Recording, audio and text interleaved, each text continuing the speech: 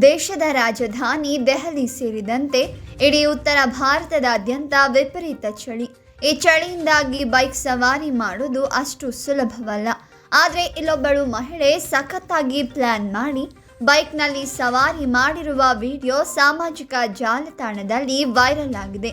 ಮಹಿಳೆ ಬೈಕ್ನ ಹಿಂಭಾಗದಲ್ಲಿ ಕುಳಿತಿದ್ದು ಚಳಿ ತಾಳಲಾರದೆ ಜೋಳ ಬೇಯಿಸೋ ಬಾಣಲೆಯಲ್ಲಿ ಕೆಂಡ ಹಾಕಿ ಬೈಕ್ನಲ್ಲಿ ಹೋಗ್ತಾ ಇರೋದು ವಿಡಿಯೋದಲ್ಲಿ ಸೆರೆಯಾಗಿದೆ. ಸದ್ಯ ವಿಡಿಯೋ ಸಾಕಷ್ಟು ನೆಟ್ಟಿಗರನ್ನ ತಲುಪಿದೆ.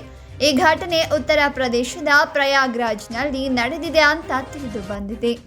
ವೈರಲ್ ವಿಡಿಯೋದಲ್ಲಿ ಮಹಿಳೆ ತನ್ನ ಪತಿ ಮತ್ತು ಮಗುವಿನೊಂದಿಗೆ ಬೈಕ್ನಲ್ಲಿ ಹೋಗ್ತಾ ಇರೋದನ್ನ ಕಾಣಬಹುದು. ಜೊತೆಗೆ ಮಹಿಳೆ ಬಾಣಲೆಯಲ್ಲಿ ಕೆಂಡ ಹಾಕಿ ತನ್ನ ಮಡಿಲಲ್ಲಿ ಇಟ್ಟುಕೊಂಡಿರುವಂತೆ ಕಾಣುತ್ತೆ. ಈ ಮೂಲಕ ತನ್ನ ಪತಿ ಹಾಗೂ ಮಗುವನ್ನ ಚಳಿಯಿಂದ ರಕ್ಷಿಸಲು ಸಖತ್ತಾಗಿ ಪ್ಲಾನ್ ಮಾಡಿದ್ದಾರೆ. ಒಂದೆಡೆ ಮಹಿಳೆಯನ್ನ ಕಂಡು ಆ ದಾರಿಯಲ್ಲಿ ಹೋಗ್ತಾ ಇದ್ದ ಸವಾರರು ಅಚ್ಚರಿಗೊಂಡಿದ್ರೆ, ಇನ್ನೊಂದೆಡೆ ಮತ್ತೊಂದು ಸವಾರರು ಈ ದೃಶ್ಯವನ್ನ ಮೊಬೈಲ್ನಲ್ಲಿ ಸೆರೆ ಹಿಡಿದಿದ್ದಾರೆ.